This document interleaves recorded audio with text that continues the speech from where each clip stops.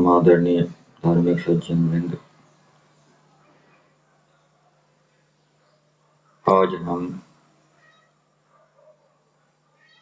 आर्याभिविनय ग्रंथ में दिए एक मंत्र के ऊपर आर्याभिविनय ग्रंथ के आधार पर विचार करेंगे। मंत्र है गणानां त्वा गणपतिं हवामहे, प्रियाणां त्वा प्रियपतिं हवामहे, निधीनां त्वा निधिपतिं हवामहे, वसो मम आहमजानि गर्भधमा त्वमजासि गर्भधम।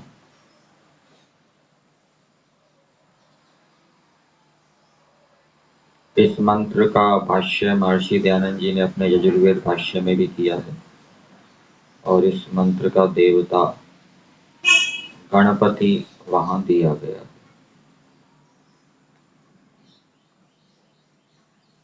तो इस मंत्र में कई संदेश मनुष्यों को दिए गए हैं। कुछ विशेषताएं ईश्वर की इस मंत्र के अंदर बताई गई है और मनुष्यों को ये प्रेरणा दी गई है कि हे मनुष्यों, तुम गणपति बनो, प्रियपति बनो, निधिपति बनो। परमेश्वर कह रहे हैं जैसे कि मैं गणपति हूँ, प्रियपति हूँ, निधिपति हूँ, वैसे ही तुम भी बनो।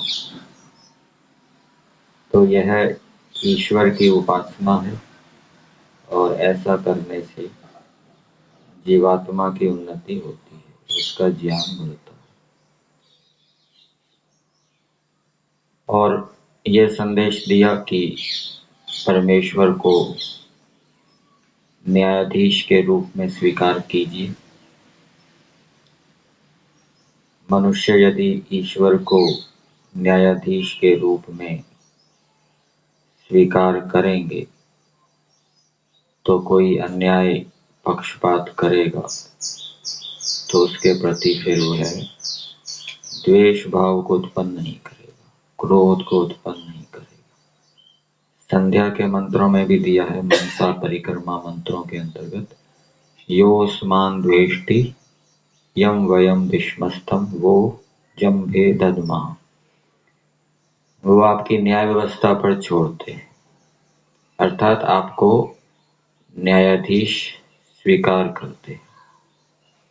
तो ईश्वर को न्यायाधीश स्वीकार करने से व्यक्ति ईर्ष्या, द्वेष, क्रोध आदि क्लेशों से बचा रहता है। और इस मंत्र में मनुष्यों को यह प्रेरणा दी गई है कि मनुष्य ईश्वर को अच्छी प्रकार से जाने, ईश्वर के गुण कर्म स्वभावों को अच्छी प्रकार से जाने। तो जब ईश्वर के गुण कर्म स्वभाव अच्छी प्रकार से जाने जाएंगे तभी तो उनको अच्छी प्रकार से धारण कर सकेंगे। और यदि ईश्वर के गुण कर्म स्वभाव अच्छी प्रकार से नहीं जाने तो उनको अच्छी प्रकार से धारण नहीं कर पाए। ईश्वर रक्षक है, ईश्वर के रक्षकत्व के ऊपर संशय है, भ्रांति है, तो मनुष्य ईश्वर के गलत मिथ्या रक्षक स्वरूप को धारण कर लेगा और इस कारण से फिर उसकी हानि होगी, आत्मा का ज्ञान घट जाएगा। तो आर्याभिविनय में दिया है व्याख्यान में, हे समूहाधिपते, संबोधन सर्वप्रथम दिया है। यद्यपि ये संबोधन मंत्र के अंदर नहीं है, फिर भी ये शैली समझनी चाहिए कि जब भी ईश्वर से प्रार्थना या ईश्वर की स्तुति की जाए तो संबोधन ईश्वर को अवश्य करना चाहिए, जिससे कि ईश्वर की अनुभूति होती रहे। ईश्वर हमारी स्तुति प्रार्थना को सुन रहे हैं, चेतन है और प्रतिक्रिया भी करेंगे। समूहाधिपते, हे परमेश्वर, आप समूह के स्वामी हैं। आप मेरे सब समूहों के पति होने से आपको गणपति नाम से ग्रहण करता हूँ। एक व्यक्ति जिसके पास अनेक समूह हैं, पशुओं के समूह हैं, मनुष्यों के समूह हैं, उनका वो पालन करता है, परिवार का भी पालन करता है और उसने गौशाला भी खोली हुई है। गौशाला में भी अनेक गायों का समूह, उनका पालन करता है। एक उसने अनाथालय खोला हुआ है, अनाथालय में भी अनेक अनाथ बच्चे हैं, उनका वो पालन करता है। तो ये सब समूह है, उनका वो पालन कर रहा है। तो वो परमेश्वर को संबोधित करते हुए कह रहा है कि हे प्रभु, जिन समूहों का मैं पालन कर रहा हूँ उनके वास्तविक स्वामी तो आप ही, वास्तविक पालन करने वाले तो आप ही, मैं तो निमित्त मात्र हूँ। अर्थात यदि ईश्वर की आज्ञा पूर्वक, धर्म पूर्वक समूहों की रक्षा की जाएगी, समूहों का पालन किया जाएगा, तो ईश्वर उस धार्मिक समूह पालक व्यक्ति को उसके अंदर बैठा हुआ ज्ञान विज्ञान प्रेरित किए रहे। ज्ञान विज्ञान के प्रेरित किए जाने पर फिर वो जो निर्णय लेगा वो समूह के लिए हितकारी ही होगा। तो एक प्रकार से वह ईश्वर का निमित्त बना हुआ है। मुख्य रूप से ईश्वर समूहों का पालन करने वाला। आगे दिया, तथा मेरे प्रिय कर्मकारी पदार्थ और जनों के पालक भी आप ही हैं। प्रिय कर्मकारी पदार्थ दिया है। पदार्थ के ये दो विशेषण समझने चाहिए, प्रिय पदार्थ और कर्मकारी पदार्थ। ऐसे पदार्थ जो कर्मों को करने वाले हैं, कार्यों को करने वाले हैं, कार्यों को सिद्ध करने वाले हैं। मेरे कार्यों को जो सिद्ध करने वाले, बढ़िया प्रकार से सिद्ध करने वाले जो व्यक्ति हैं, वस्तुएं हैं, उनके आप पालक हैं और जनों के पालक भी आप ही हैं। ये जन व्यक्ति के लिए आ जाएगा और पदार्थ वस्तुओं के लिए आ जाएगा। तो एक धार्मिक व्यक्ति ईश्वर को कह रहा है कि मेरे पास जो प्रिय पदार्थ हैं, जो मेरे कार्यों को सिद्ध करते हैं, जड़ पदार्थ और चेतन पदार्थ। जड़ पदार्थ भी प्रिय होते हैं, जो हमारे कार्यों को अच्छी प्रकार से सिद्ध कर देते हैं, उनसे सुख होता है। गाड़ी है, मोबाइल है, कंप्यूटर है और भी चीजें हैं खाने पीने की।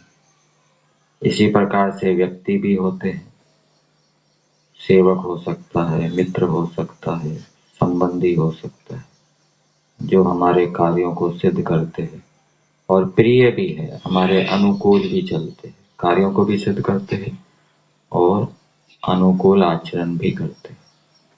ऐसा भी हो सकता है कुछ व्यक्ति कार्यों को तो सिद्ध कर देते हैं, लेकिन अनुकूल आचरण नहीं करते, गड़बड़ी करते हैं, बेईमानी करते हैं। तो अनुकूल आचरण करने वाले और कार्यों को सिद्ध करने वाले जो व्यक्ति हैं, उनके पालक भी आप ही हैं। इनसे आपको प्रिय पति मैं अवश्य जानूं। तो इस कारण से मैं आपको प्रिय पति जानूं।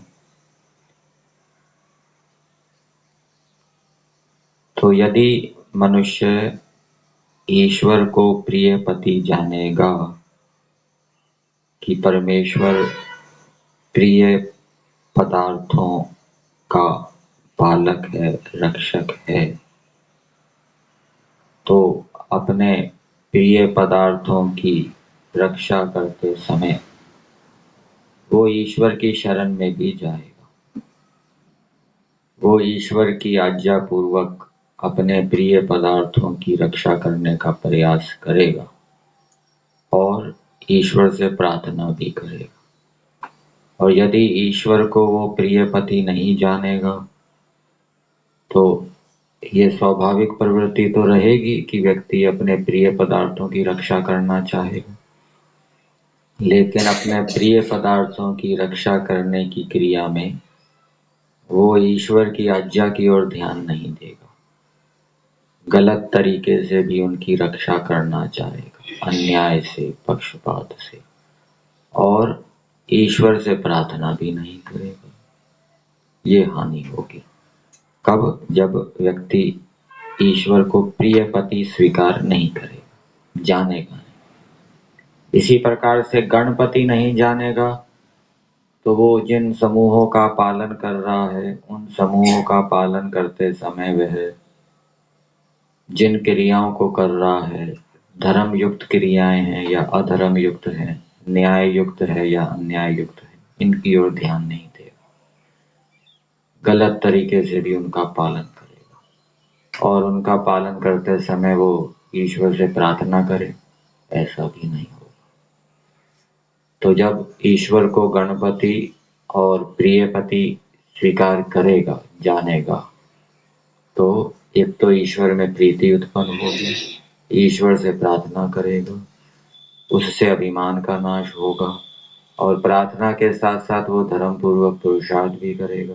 और जब वो धर्म पूर्वक पुरुषार्थ करेगा तो ईश्वर की सहायता से वो अपने गणों का और अपने प्रिय पदार्थों का अच्छी प्रकार से पालन शीघ्रता से, बढ़िया तरीके से कर पाएगा। फिर आगे दिया है, इसी प्रकार मेरी सब निधियों के पति होने से आपको मैं निश्चित निधिपति जानूं।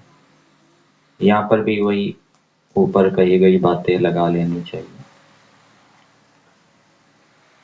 निधिपति यदि ईश्वर को नहीं जानेगा तो व्यक्ति अपने खजाने की रक्षा करने की प्रयास तो करेगा, लेकिन गलत तरीके से भी करेगा, अन्याय से भी करेगा और ईश्वर से कोई याचना प्रार्थना नहीं करेगा उनकी रक्षा करते समय।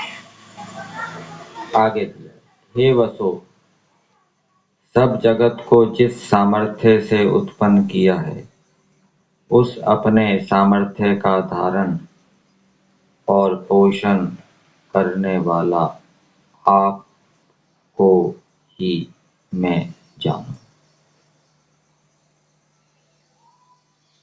अब यहाँ पर पहली बात बताई कि परमेश्वर ने जगत को जिस सामर्थ्य से उत्पन्न किया है, परमेश्वर के पास अनेक शक्तियां हैं, उन शक्तियों से परमेश्वर ने जगत को उत्पन्न किया है। फिर आगे जो पंक्ति दी है, उस अपने सामर्थ्य का धारण और पोषण करने वाला आपको ही मैं जानूं। अब ये अपने सामर्थ्य का, ये अपना सामर्थ्य किसका? परमेश्वर का या जीवात्मा का, जो ईश्वर की स्तुति कर रहा है, उसका अपना सामर्थ्य या परमेश्वर का सामर्थ्य? पीछे की पंक्ति से तो ऐसा संबंध दिख रहा है कि उस अपने सामर्थ्य का, हे परमेश्वर, आप उस अपने सामर्थ्य का, जिस सामर्थ्य से आपने जगत को उत्पन्न किया है, उसका धारण और पोषण करने वाला आपको ही मैं जानूं। तो परमेश्वर अपने सामर्थ्य का धारण करता है, अपने सामर्थ्य का पोषण करता है, रक्षा करता है, ये अर्थ निकल रहा है। तो सामर्थ्य भी एक प्रकार से गुण है, विशेषता है, और जो गुण होता है वो गुणी के आधारित रहता है। और गुणी कौन है? परमेश्वर। अर्थात परमेश्वर अपने गुण सामर्थ्य को धारण करने वाला है और उसकी रक्षा करने वाला है। जो पदार्थ नित्य होते हैं उनके गुण भी क्या है? नित्य होते हैं। तो परमेश्वर के अंदर नित्यता गुण है, इस कारण से परमेश्वर का जो सामर्थ्य है वो भी क्या है? नित्य है। जैसा है वैसा का वैसा बना रहता है और वो अनंत सामर्थ्य है।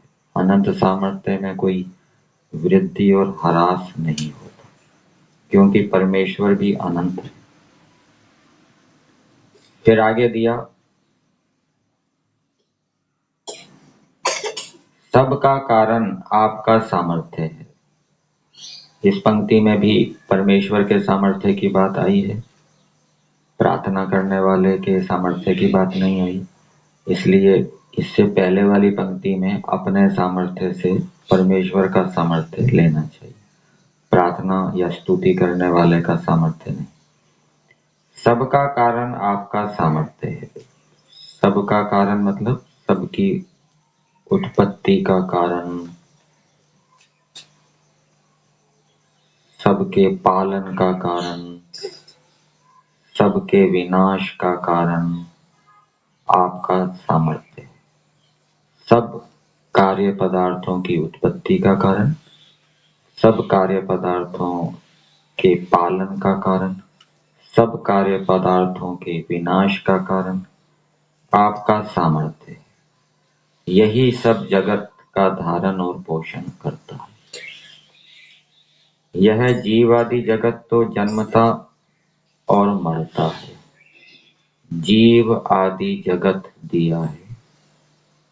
यहाँ से ये नहीं समझना चाहिए कि जीव मतलब जीवात्मा, यहाँ जीव से लेना चाहिए प्राणी। जीव प्राण धारणे धातु है। तो जब जीवात्मा प्राण धारण करता है, आत्मा जब प्राण धारण करता है अर्थात शरीर के अंदर आता है, तब उसको जीव कहते हैं। और जब वो प्राण धारण नहीं करता, प्रलय अवस्था में, मुक्ति अवस्था में, वह आत्मा कहलाता है।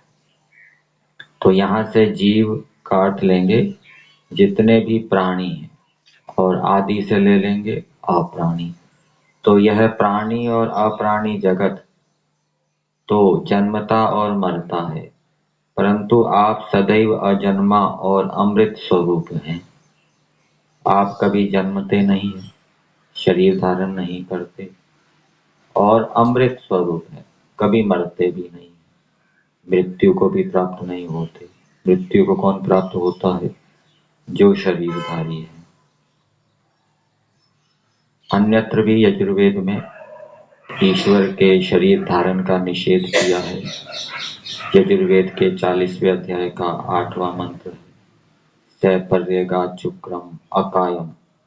अकायम का अर्थ किया है 3 शरीरों से परमेश्वर क्या है? रहित है, शरीरों को धारण नहीं करता। स्थूल शरीर, सूक्ष्म शरीर और कारण शरीर।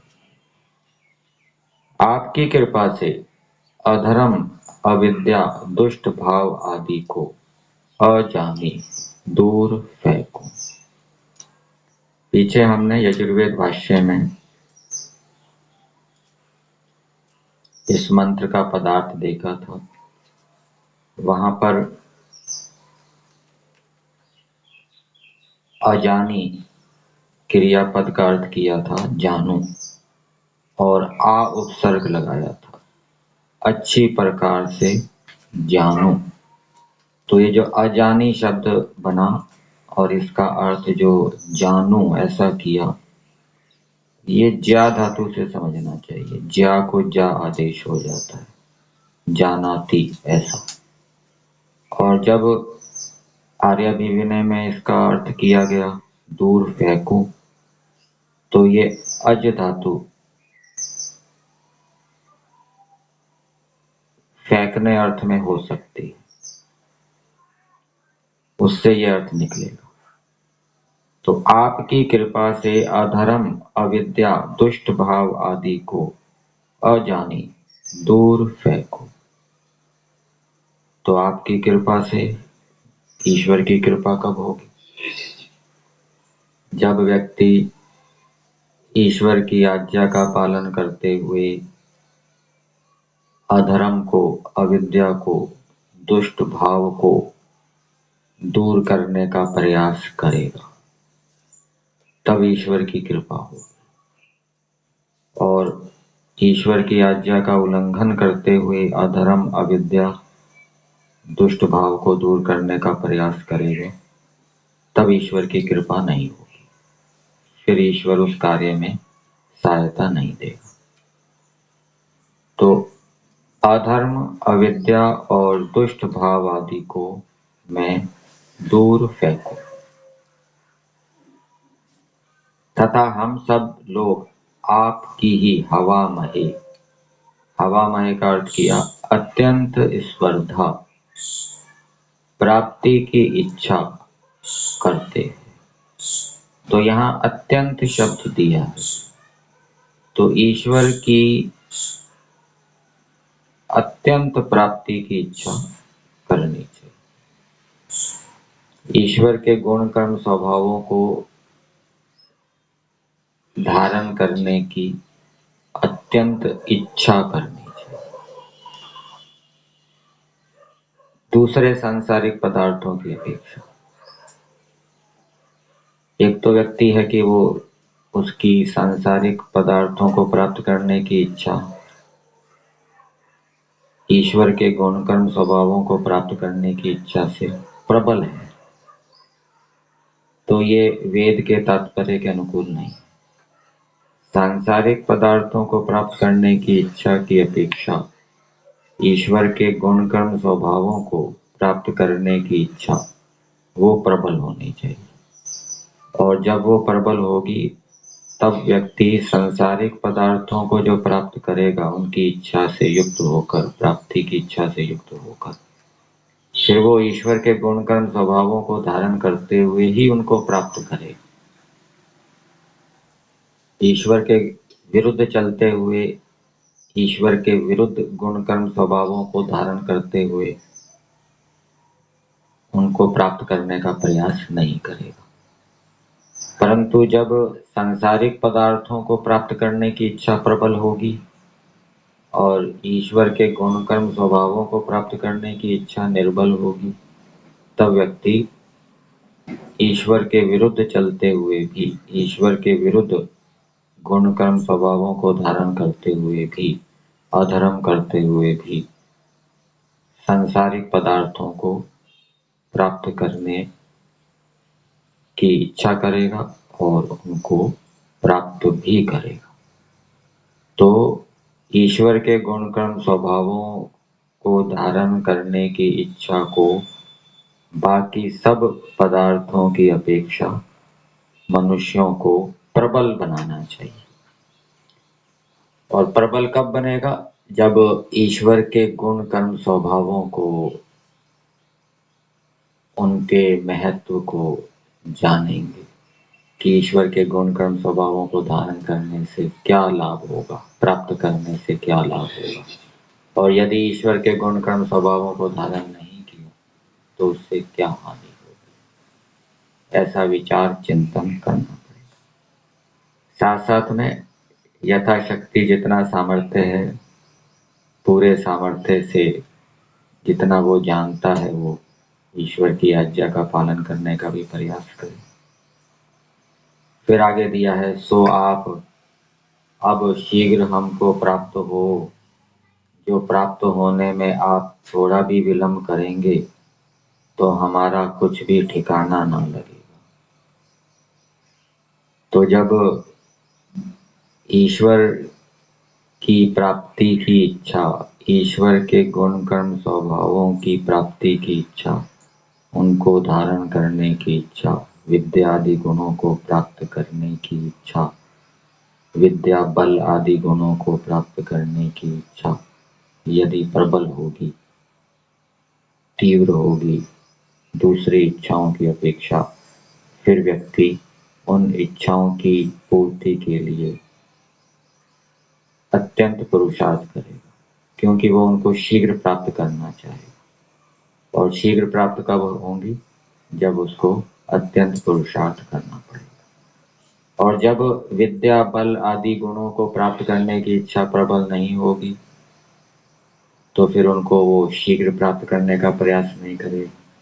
वो ये विचारेगा आ जाएगी विद्या, जब आनी होगी बल आ जाएगा, जैसे तैसे, इतना पुरुषार्थ नहीं करेगा, ढीला ढीला चलेगा। तो इस मंत्र के व्याख्यान के आधार पर मंत्र का संदेश मनुष्यों के लिए ये है कि मनुष्य जो गणपति हैं वो ईश्वर को भी गणपति जाने, जो प्रिय पति हैं, प्रिय पति तो सभी होंगे, वो ईश्वर को भी प्रिय पति जाने, जो निधि पति है, निधि सबके पास नहीं हो सकती, लेकिन जिनके पास निधि है, खजाना है, विद्या रत्न आदि, तो वो ईश्वर को भी निधिपति अवश्य जाने। और मनुष्य अपने अधर्म, अविद्या और दुष्ट भाव को दूर फेंके, ये संदेश है, तथा ईश्वर को प्राप्त करने की प्रबल इच्छा को उत्पन्न करें। ये संदेश इस मंत्र के अंदर व्याख्यान के आधार पे दिए गए। नहीं।